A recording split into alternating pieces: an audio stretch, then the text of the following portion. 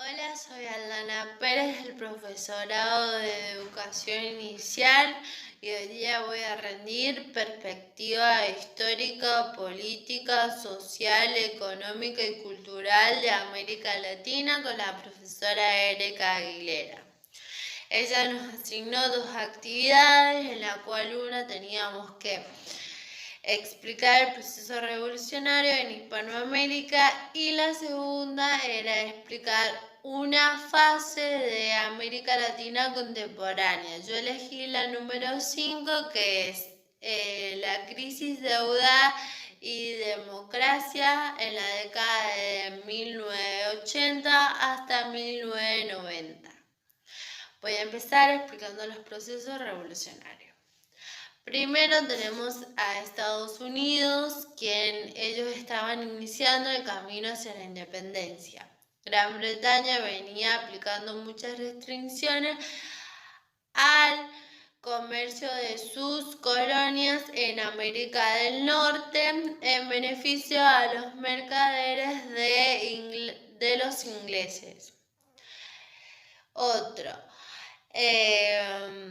El rey Carlos III fue aumentando su poder porque había notado que las influencias religiosas aumentaban más que las bases territoriales. Entonces limitó a la Iglesia Católica y disminuyó su poder. Expulsaron a la Orden Jesuita de América en 1767 y se apropiaron de todos los bienes y le pidieron a la Iglesia americana que enviara la plata que tenían en los fondos de caridad a España. Segundo, tenemos la rebelión de Tupac Amaru. En Perú, en 1780, se tomó el nombre del último emperador de los Incas, quien había sido asesinado por el virrey y encabezó una rebelión de indígenas mestizos en contra del poder español. La Ilustración fue un movimiento intelectual y cultural de Francia e Inglaterra que se dio a fines del siglo XVI hasta la Revolución Francesa. Sus principales protagonistas fueron Rousseau, Montesquieu y Voltaire. Tenemos dos revoluciones. La Revolución Francesa, una revolución que en 1789 puso fin a siglos de monarquía en Francia. El principio del fin del absolutismo monárquico y el triunfo principal de la soberanía popular y la división de los bienes. Tenemos la revolución industrial, que la revolución industrial fue cuando la máquina de vapor se incorporó a los telares de algodón. Eso hizo que incrementara el aumento de la producción y se produjo una revolución en Inglaterra a principios del siglo XVIII y a fines del siglo XIX. Tuvimos dos invasiones inglesas. La primera invasión inglesa fue en el año 1806, cuando tropas británicas tomaron la capital del Virreinato del Río de la Plata, quien 46 días después fueron expulsados y desplazaron al virrey. Un ejército proveniente de Montevideo, comandado por Santiago de Liniers. La segunda invasión inglesa fue en el año 1807, perdón, 1807, cuando llegó la nueva expedición, tomó Montevideo y fueron expulsados porque querían tomar a Buenos Aires. Después tenemos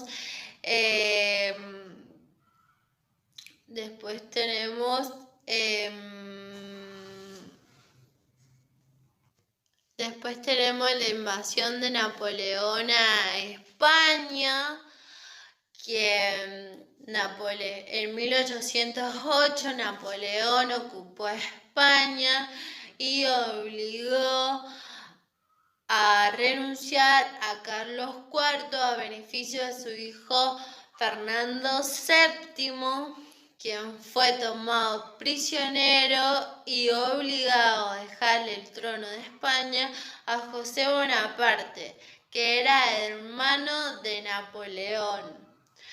La guerra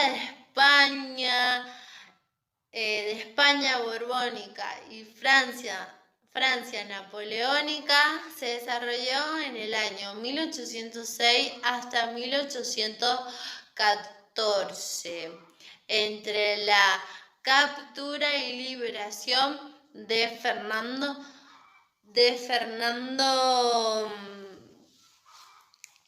VII. En 1810 se conformó la primera Junta Grande, donde hubieron 22 miembros. Esa forma de gobierno no duró el año y fue reemplazada por el triunvirato, donde gobernaban 3 personas. En 1812 estuvo el segundo triunvirato, que convocó a la Asamblea Constituyente, que actualmente se conoce como la Asamblea del año 13. Sus 2 objetivos eran la independencia de España y escribir la Constitución. En 1814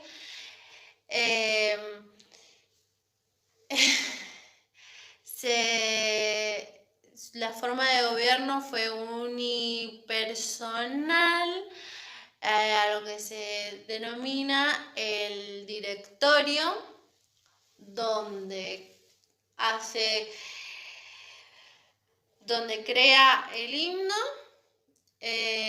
hace el escudo y diseña la moneda propia. Y así se declara en 1816, un 9 de julio, la independencia en Argentina.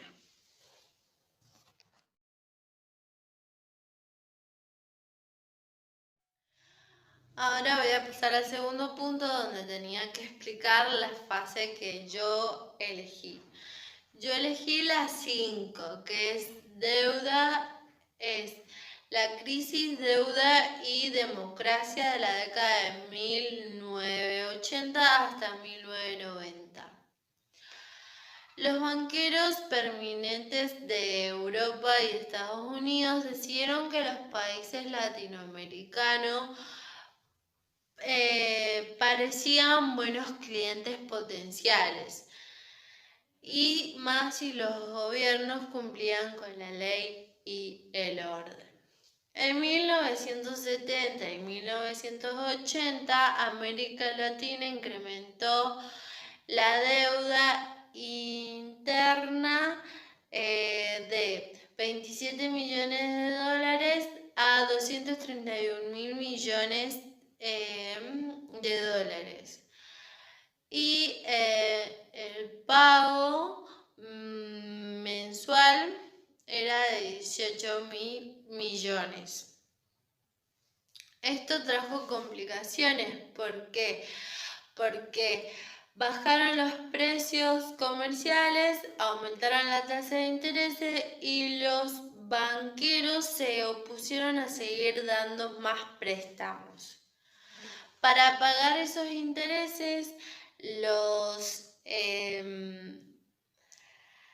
Para pagar los intereses, los deudores latinoamericanos, que eran Argentina, Brasil y México, tenían que vender el 5% por año de sus productos internos brutos.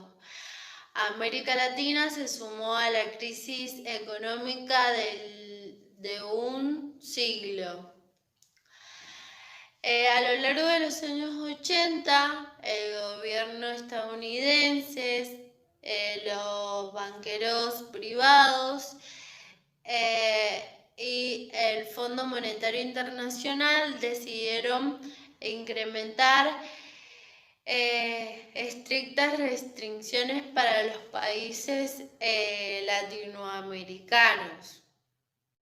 En 1990, cuando se empezaron a otorgar más préstamos para pagar esos intereses, la deuda latinoamericana subiría a 417.500 millones de dólares.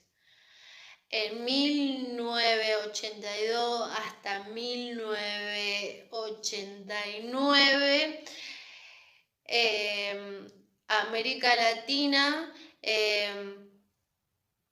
América Latina transfirió 200 millones de dólares a naciones industrializadas.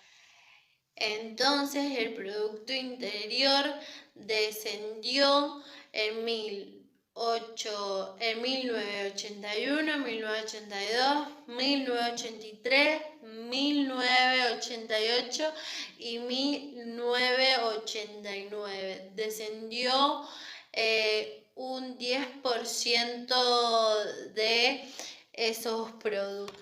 Un hecho importante en lo político en Latinoamérica fue el surgimiento de la participación civil, cuando los ciudadanos empezaron a reclamar todos sus derechos y le pidieron a sus gobernadores una cuenta. En primera parte fue el resultado de la unión de la fuerza de la oposición. En segunda parte fue el compromiso que había con el proceso electoral, y por último, como consecuencia de estos procesos, hubo un cuadro de presidentes civiles que eran de clase media, que se ve reflejado en Argentina, Brasil y Chile. Y como resultado, el crecimiento de América Latina solamente fue un poco menos del 1,5% en 1985 hasta 1900 más o menos. América Latina todavía era vulnerable a los caprichos del mercado financiero del mundo.